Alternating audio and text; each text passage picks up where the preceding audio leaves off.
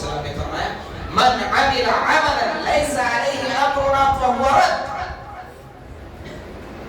اگر میں نے کسی بات کا حکم نہیں دیا اور کوئی وہ عمل کرتا ہے فہو رد، تو وہ عمل مردود ہے.